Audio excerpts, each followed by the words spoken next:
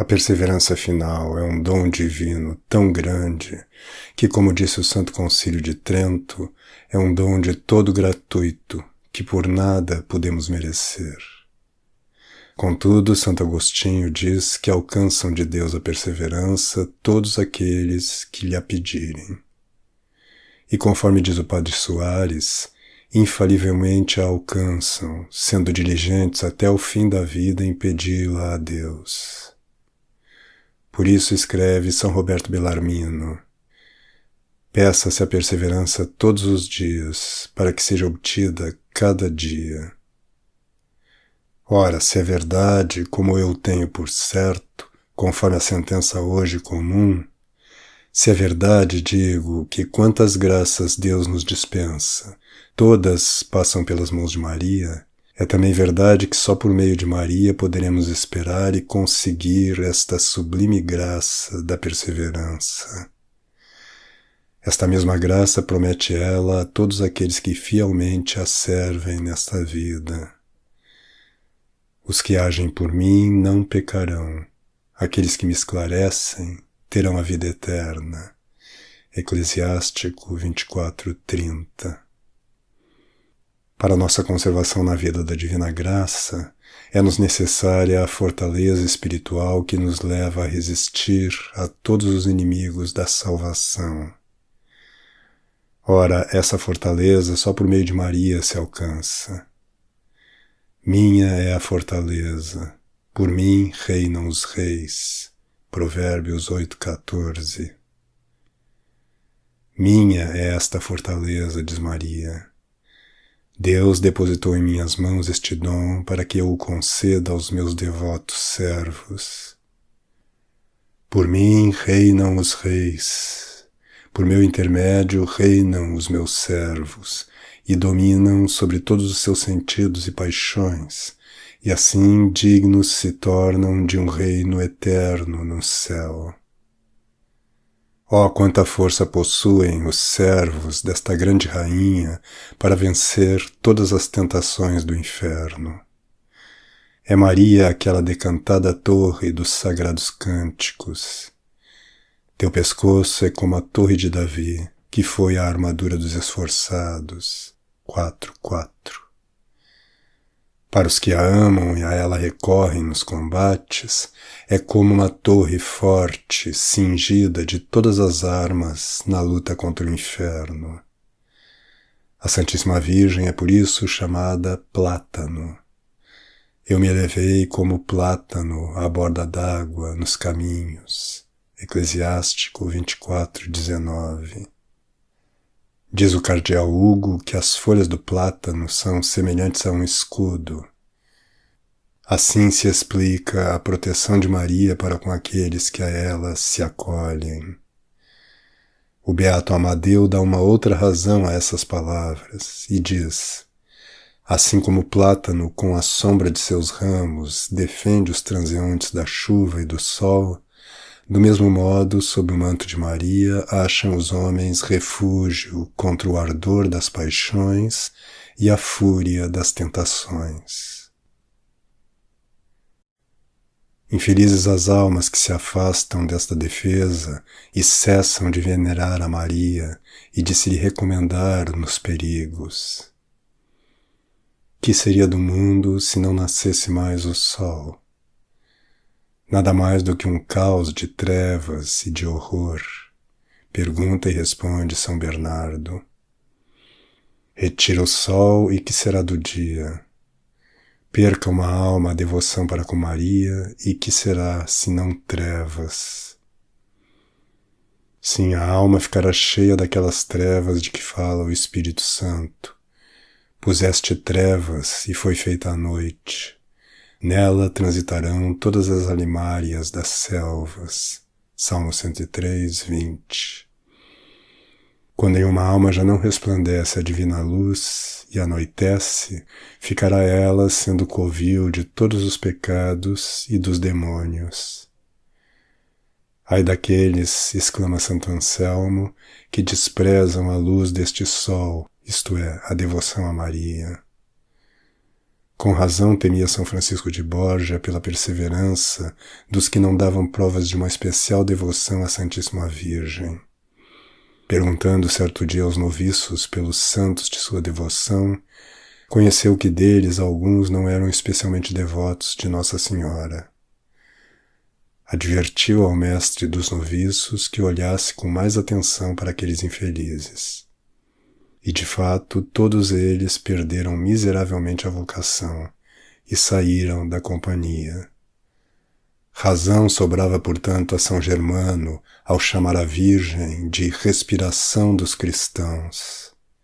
Pois, como o corpo não pode viver sem respirar, tampouco pode a alma sem recorrer e recomendar-se a Maria, por cujo intermédio adquirimos e conservamos com segurança a vida da divina graça. O beato Alano, assaltado uma vez de uma forte tentação, esteve em termos de perder-se por se não ter encomendado a Maria. Apareceu-lhe então a Santíssima Virgem e, para o fazer mais advertido em outras ocasiões, bateu-lhe levemente no rosto e acrescentou: se te houvesses recomendado a mim, não terias corrido tão grande risco. Célebre é a história de Santa Maria Egipsíaca, que se lê no livro 1º das Vidas dos Padres no Deserto. Com 12 anos, fugiu ela da casa paterna e foi para Alexandria. Aí passou uma vida infame e veio a ser o escândalo daquela cidade. Depois de passar 16 anos em pecados, foi peregrinando até Jerusalém. Celebrava-se então na cidade a festa da exaltação da Santa Cruz. Movida antes pela curiosidade do que pela devoção, quis a pecadora entrar na igreja. Mas, no limiar da porta, sentiu uma força invencível que a repelia para trás. Intentou uma segunda vez entrar e também foi repelida. O mesmo lhe sucedeu terceira e quarta vez. Então, encostando-se a miserável a um canto do pórtico da igreja, foi iluminada para conhecer que, por sua má vida, Deus a tocava para fora da igreja. Levantando depois os olhos, por felicidade sua, viu uma imagem de Maria, que estava pintada no pórtico. Voltando-se para ela, disse-lhe, entre lágrimas: ó Mãe de Deus, tende piedade desta pobre pecadora. Bem vejo que pelos meus pecados não mereço que olheis para mim. Mas sois o refúgio dos pecadores. Por amor de Jesus, vosso Filho, ajudai-me. Fazei que eu possa entrar na igreja, pois quero mudar de vida e ir fazer penitência aonde vós me ordenardes. Ouviu então uma voz interna, como se a bem-aventurada Virgem lhe respondesse: eia, já que a mim recorreste e queres mudar de vida, entra na igreja, que já a sua porta não se fechará para ti. Entra a pecadora, adora a Santa Cruz e chora. Torna a imagem e lhe diz: Senhora, aqui estou pronta. Para onde queres que me retire a fazer penitência? Vai, respondeu-lhe a Virgem, para o Jordão, e acharás o lugar do teu repouso. A pecadora confessa-se, comunga, passa o rio, chega ao deserto, e aqui entendeu que era o lugar da sua penitência. Ora, nos primeiros 17 anos, que combates lhe não deram os demônios, desejosos de vê-la recair? Então, que fazia ela? Nada mais que encomendar-se a Maria. E Maria lhe alcançou força para resistir em todos os anos de luta, depois dos quais cessaram as batalhas. Finalmente, depois de ter vivido 57 anos naquele deserto, achando-se na idade de 87 anos, permitiu a divina providência que fosse encontrada pelo abade São Zósimo. A ele contou ela toda a sua vida e pediu-lhe que tornasse ali no ano seguinte e lhe trouxesse a Sagrada Comunhão. Volta com efeito o santo abade e dá-lhe a comunhão. Depois a santa lhe tornou a pedir que viesse outra vez visitá-la. Retorna novamente São Zósimo e a encontra morta, com o corpo cercado de luzes e na cabeça escritas estas palavras: sepulta neste lugar o corpo desta miserável pecadora e roga a Deus por mim. Sepultou-a o santo na cova que veio abrir um leão. Voltando para seu mosteiro, publicou as maravilhas que a divina misericórdia operara com esta feliz penitente. Ó Mãe de piedade, Virgem sacrossanta, eis a vossos pés o traidor, quem pagando com ingratidão as mercês por vossa intercessão recebidas de Deus, tem sido infiel a vós e a Ele. Mas, Senhora, vós bem sabeis que a minha infidelidade não tira, antes aumenta a minha confiança em vós. Pois vejo que minha miséria faz crescer vossa compaixão para comigo. Mostrai, pois, ó Maria, que sois cheia de liberalidade e de misericórdia para com este pecador, assim como o sois para com todos aqueles que vos invocam. Basta que me olheis e tenhais compaixão de mim. Se o vosso coração se compadecer, que posso eu temer? Não temo nada. Não temo os meus pecados, porque podeis remediar o mal que fiz. Não temo os demônios, porque vós sois mais poderosa que o inferno todo. Não temo o vosso filho, justamente irritado contra mim, porque uma só palavra vossa o aplacará.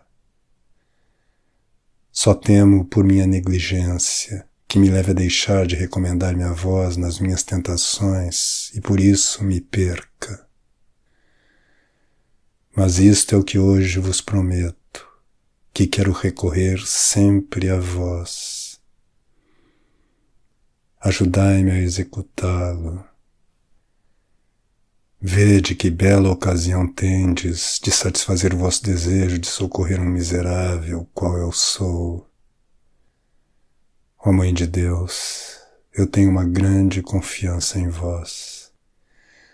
De vós espero a graça de chorar como devo os meus pecados. E de vós espero a fortaleza para não tornar a cair neles. Se eu estou enfermo, vós, ó auxílio celeste, podeis valer-me. Se minhas culpas me fizeram ser fraco, o vosso socorro me fará valente. Ó Maria, tudo espero de vós, porque podeis tudo junto de Deus. Amém.